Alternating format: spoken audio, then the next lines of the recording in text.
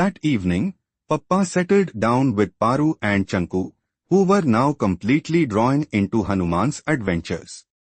Ready for the most exciting part of Sundarka? Papa asked with a twinkle in his eyes.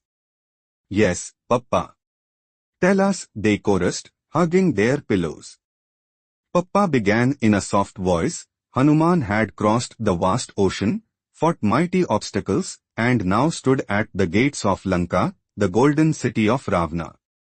The moon bathed Lanka in silver light, and what a sight it was! Towers touching the sky, walls made of gold, silver palaces sparkling like stars, streets glowing with lamps, and gardens bursting with flowers. Paru's eyes widened. It must have been like a fairyland, Papa. Yes, smiled Papa, but Hanuman did not come to admire the beauty. His mind was fixed on one thought: where is Sita? He shrank his form to the size of a small cat and tiptoed inside, careful not to be seen. Demons with fiery eyes guarded the gates, and warriors patrolled every street. Hanuman moved like a shadow, silent and swift. Hanuman began to search. He peeped into Ravana's grand palace, which shone like a mountain of jewels. He saw halls filled with golden thrones, diamond-studded crowns, and ornaments glittering like stars. The fragrance of sandalwood and flowers filled the air. Chanku gasped, "Wow, Papa! So much treasure! Did Hanuman take anything?" Papa laughed. "No, my dear. Hanuman was not tempted. His heart was steady. He whispered to himself, I have no time for riches. I must find Mother Sita." He searched one palace after another, every hall, every corridor, but Sita was nowhere to be found. For a moment, a shadow of doubt crossed his mind. What if Ravana has hidden her in a secret place? But then, his ears caught something, a soft sound of sobbing. Hanuman followed the sound. It led him to a beautiful garden, a paradise called Ashoka Vatika. Tall trees stood like guards, and flowers of every color bloomed. In the middle of this garden was a huge tree, and under it sat a figure, thin, pale, dressed in simple clothes, her hair loose and unkempt. Paru whispered, "Sita." "Yes, my dear," Papa nodded. It was Sita Devi. She looked weak and tired, but her face shone with dignity. Around her were fierce demonesses, laughing and mocking her. Hanuman hid among the branches and watched. His heart ached to see her in such misery. Suddenly, the earth trembled. Ravana himself entered, tall as a mountain, wearing robes of gold, a crown blazing with jewels. His voice was sweet but dangerous as he said, "Sita, forget Rama. Be my queen. I'll give you Lanka, wealth beyond dreams." But Sita's eyes flashed with anger. "I belong only to Rama. Do not speak such words." Ravana's face twisted in fury. "You have one more month. Refuse me, and you shall suffer." He stormed away, his heavy footsteps shaking the garden. Hanuman watched from above, his heart burning with anger. How dare he threaten Mother Sita? When night fell and the demonesses dozed off, Hanuman slowly climbed down the tree and stood before Sita.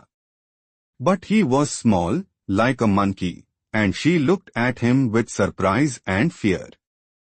To comfort her, Hanuman dropped a small shining object at her feet, Rama's ring. Sita picked it up and gasped. Her tears sparkled like pearls. Rama's ring. Who brought this? Hanuman bowed and spoke softly, "Mother, I am Hanuman, Rama's messenger. He sent me to find you." Her sorrow turned into hope. She listened as Hanuman told her about Rama, Lakshman, and the army waiting to rescue her. Then Hanuman said gently, "Mother, climb on my back. I will carry you across the ocean to Rama right now." But Sita shook her head firmly. "No, Hanuman. Rama must come and defeat Ravana. Only then will his glory shine across the world. Tell him I wait for him." Hanuman bowed, his eyes filled with respect. Before leaving, Hanuman thought, "Let me test Lanka's power." He grew huge, as big as a mountain, and began tearing Ashoka Vatika apart. Trees fell, creepers snapped, flowers scattered. He roared like thunder, shaking the earth. The guards came running, thousands of demon warriors. But Hanuman fought them like a lion, smashing them with trees, tossing them into the air. Finally, Indrajit, Ravana's mighty son, arrived and used magical weapons to bind Hanuman. The Vanara allowed himself to be captured and dragged to Ravana's court. Ravana glared. "Who are you?"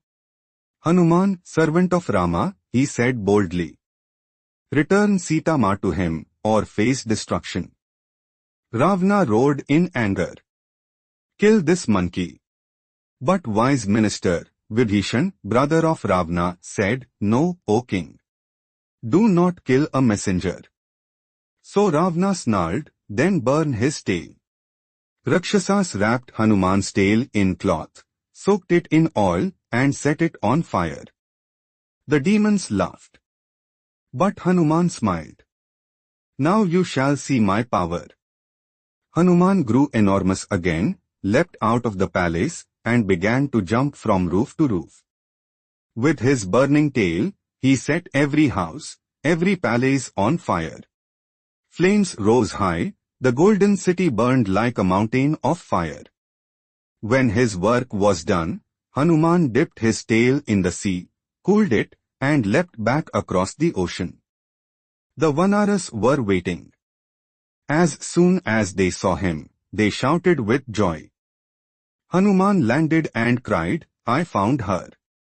I found Sita Devi." Paru and Chanku clapped in excitement. Papa smiled and said softly, "And so, Hanuman returned with hope in his heart, ready to tell Rama the good news." Papa ended, "Children, this story teaches us that courage is not just strength. It is wisdom, devotion, and selflessness." Hanuman never thought of himself.